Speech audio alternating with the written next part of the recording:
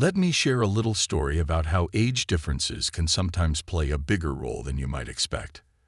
At the time, I was already married, though I had recently gone through a divorce for personal reasons that aren't really important to this story. After a while, I met a beautiful young woman, quite by chance. We hit it off right away, and everything seemed perfect. The connection was great, and I thought things were just the way they should be, except for one thing that started to nag at me. She was 7 years younger than me, and I couldn't shake the worry that as I got older, it might become an issue down the road. Still, she reassured me constantly, and I ended up believing her. Eventually, we got married. 5 years went by, and everything seemed great. I was still completely in love with her and admired her just like I had when we first met. She was always supportive, and I thought that was the key to our happy relationship. I worked at a local university, which kept me busy, and she had an office job. Our finances were stable, and we didn't have kids or any major financial worries. We were comfortable, and there was always enough to do the things we enjoyed. But as time passed, I noticed she started disappearing on weekends. When I asked about it, she would just smile and tell me everything was fine. One day, she told me she was taking on a part-time job at a friend's nail salon. I wasn't bothered by it at all since I knew her friend and had been to the salon myself a few times.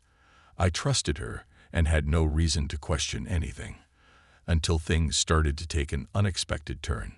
One afternoon, I decided to surprise her. I knew she'd been working hard, and sometimes we forget to show each other that we appreciate the little things.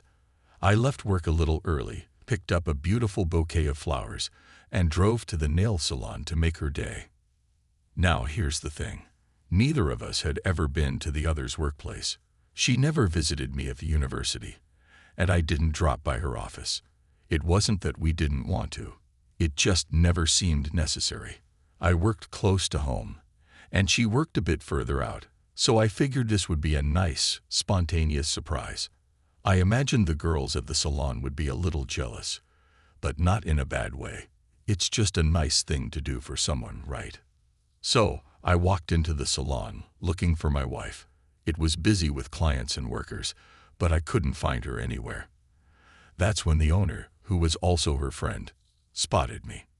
"Well, well, look who's here today," she said with a smile.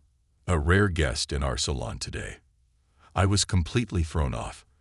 My reaction was probably all over the place. I mean, she knows I'm her friend's husband, right? So when I asked where my wife was, the salon owner looked at me like I was crazy. Turns out my wife hadn't been working there for a while and hadn't signed up for today. I was caught off guard and tried to explain, telling her that my wife had been working there for weeks now. The salon owner shook her head, clearly confused, and said that my wife had been offered a job there a while ago, but had turned it down. Her main job was enough, she said. I hadn't even realized that everyone around me had gone quiet. It wasn't until the whispers started, followed by soft laughter, that it hit me. The owner's face turned bright red, and I could see from her expression that she finally understood what had happened. The staff must have figured it all out a lot sooner than I did. And in that moment, everything clicked. I've never felt more embarrassed. It seemed that all the eyes in the salon were fixed on me, and I felt like a complete fool.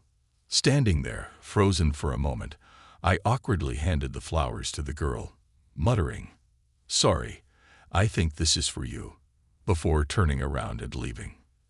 As I stepped outside, my mind cleared a little, and I immediately called my wife. "Hi, where are you?" "Where else?" "I'm at the salon," she said casually. I could hear her voice, warm and familiar, but there were other voices in the background. A lump formed in my throat as I replied, "Well, I'm here at the salon, and you weren't even supposed to be working today." There was a long silence on the other end, followed by the click of the call hanging up. I didn't wait for her to call back. Instead, I just went home. To my surprise, she arrived quite quickly. She was quiet at first, her head down, hovering in the hallway. I sat on the bed, waiting. Then she came in, sat beside me, and wrapped her arms around me. We had a long conversation after that. She confessed that a colleague from work had been pursuing her for a while, but she had been brushing him off. My constant focus on work and the lack of attention from me had left her feeling weak and vulnerable. Over time, he managed to win her over by inviting her out on dates. They spent time together at cafes, went to the movies, and had plenty in common. Eventually, she admitted she couldn't resist, and they started seeing each other. But she promised it was all in the past now, that it didn't mean anything, and that she was going to end it. I listened closely but didn't say much.